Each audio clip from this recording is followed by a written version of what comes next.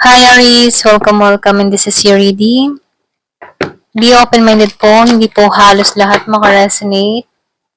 Thank you nga po pala sa mga nagsusubscribe, sa mga bumabalik. Maraming pong salamat. So, tingnan natin dito yung mensahe mo. Meron ka ditong Lemuria and Council of Light.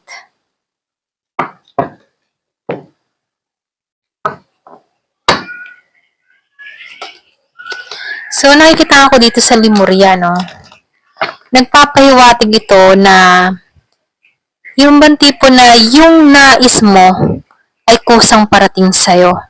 Kumbaga, unti-unti mo nang nararamdaman, unti-unti mo nang nakikita lahat ng mga pinaghirapan mo, nakikita mo na yung result. So, lumalabas dito kung meron kang mga kahilingan, meron kang gustong makamit, magtiwala ka kay universe, kay God.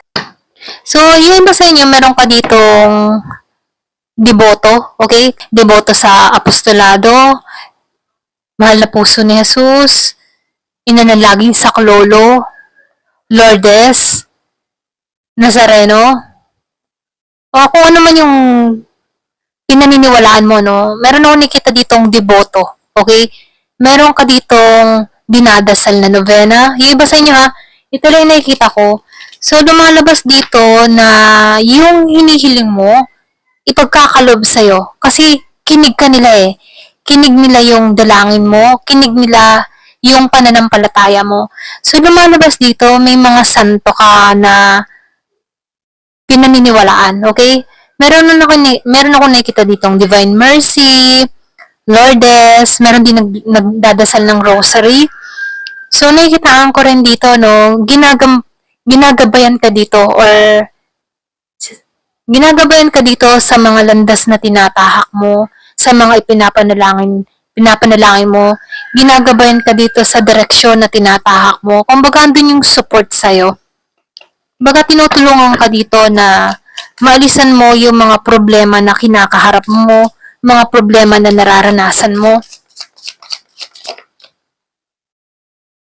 So, meron ditong door of creativity. So, lumabas kung makikita mo may itlog.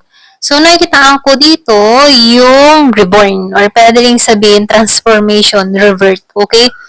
Meron akong nakikita dito na visionary na tao. Hindi halos lahat sa part na to, no? Yung iba sa inyo, visionary or pwede rin malakas lamang yung iyong intuition, yung iyong sense. So, nakikita ko rin dito, magaling kang magpahayag ng iyong nararamdaman, yung iyong emotion. Lumalabas din dito na malawak yung imagination mo, na kung saan yung imagination mo to, na-attract mo to or pwede rin namamanifest mo to, palapit sa'yo. So, nakikita ko din dito, likas kang creative. Likas kang creative na tao or pwede rin sabihin, ito yung mga katangian mo na wala sa iba, okay? So, nakikita ko dito na nakakaangat ka sa iba.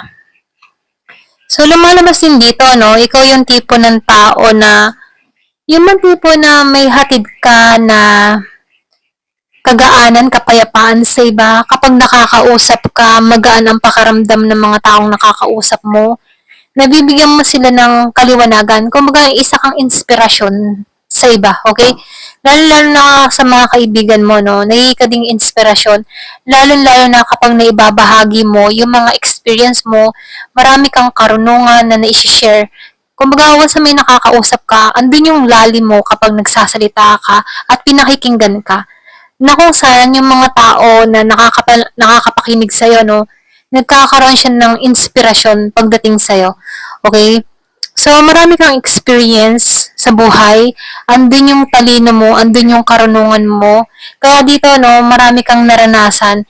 Kahit, yung iba sa inyo, kahit bata ka pa, nakikitaan ko dito na likas na sa'yo, na matured ka, okay? So, dahil sa mga experience mo sa kabataan, hindi halata ng ibang tao na matindi yung pinagdaanan mo sa buhay. Ayan. So, ito lang yung mensahe sa'yo, no? So, tingnan natin dito kung ano pa yung kasunod na blessing para sa'yo.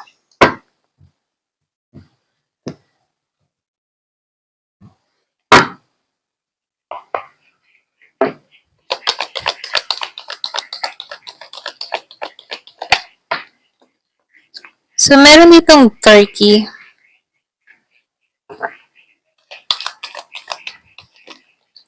Merong mga tao dito na kumikilos din behind your back, ano. So, sinasabihan ka dito, ingat ka kasi meron dito kumikilos ng katangahan sa'yo, okay?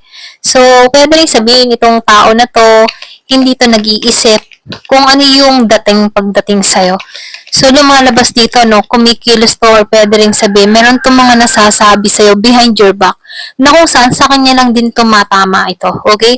So, lumalabas din dito, no, meron ditong selebrasyon na parating dun sa iba or pwede rin sabihin na meron ditong romansa, okay? Meron din dito na parating na bagong pag-ibig, magmamahal, okay? So, makikilala mo to sa mga event tulad ng kasal, binyag, or pwede rin sabihin sa mga party-party, okay? So, lumalabas dito na meron kang makikilala, lalo-lalo na sa mga selebrasyon na pinuntahan mo. Pwede rin sabihin sa umpisa, no, meron tong ikilos na katangahan sa'yo, okay? Kasi meron ditong turkey, yung mga tipong hindi nag-iisip. Meron ako nakitang diamonds. So, wow, diamonds, precious gift. So, meron ka ditong marireceive na regalo. Precious to. Pwedeng hinihiling mo to, pwede rin sabihin precious, ano, kumbaga sa precious, mahalaga. So, pwedeng bahay, sasakyan, or pwede rin plane ticket, vacation. So, lumalabas precious talaga na kung saan hindi mo makakalimutan tong pangyayari na to, okay? So, merong regalong ipagkakalob sa'yo dito. So, shield. So, lumalabas din dito, protektado ka, no? Yung iba sa inyo, defensive ka din pagdating sa sarili mo. Pwede rin sabihin, once na meron nagsasabi sa'yo ng mga kung ano-ano, andun din yung pagtatanggol mo sa sarili mo. Kumbaga, masyado kang defensive or pwede rin pinoprotektahan mo lang yung energy mo, hindi ka basta-basta nagtitiwala sa tao. So, lumalabas din dito, no, meron ditong aroganting tao. So, iwasan mo na lang tong aroganting tao na to, no? Kumbaga, hindi niya pinag-iisipan yung mga sinasabi niya. Kaya dito, iwasan mo to pag nag-cross yung landas nyo. Ayan, pasensya na, no? Pag nag-cross yung landas mo, or pwede rin bigla mo tong makita, yan. Bigla mo tong makita sa malayo, ikaw na yung umiwas para rito. So, lumabas dito ang bag. Meron akong nakikita dito ang something important. So, lumalabas din dito bagong trabaho, bagong karera. Pwede rin sabihin may malaking kita. Yung iba sa inyo, nagbabalak kang lumipat ng trabaho, or pwede rin nagbabalik kang alisan na yung trabaho mo ngayon at lumipat na ng panibago. Okay? So, nakikita ko dito bagong experience to na merong malaking kita.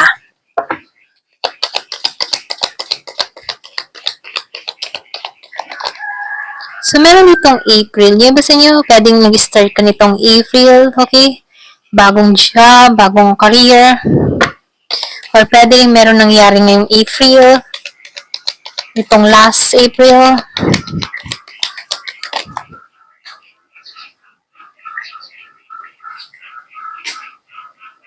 So, nahulog to, success, okay?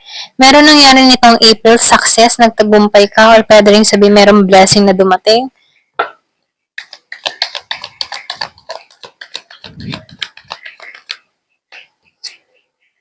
So, lumalabas din dito yung teapot.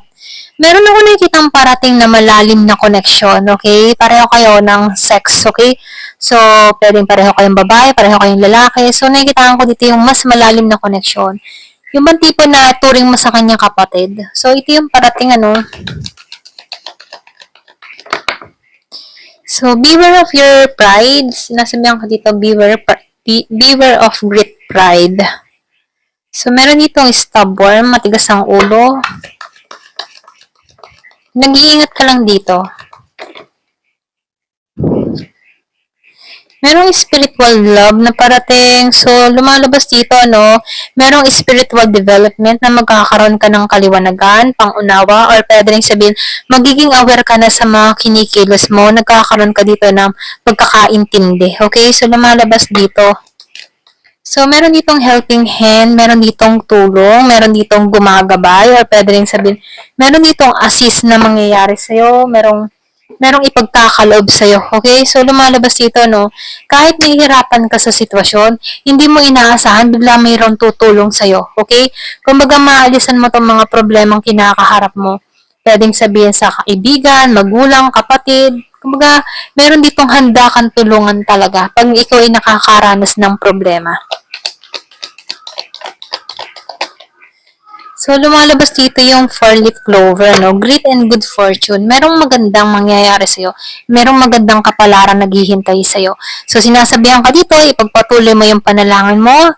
Okay, kung meron ka mang pinagdadasal dito. Kasi dito, no, lumalabas dito na ginagabayan ka dito. Okay, kumbaga, andito yung divine orchestration na kung saan no, kumikilos patungo sa'yo. Kumbaga, andun yung tulong na ipinagkakaloob sa'yo. Ayan. Thank you for watching. Love and peace.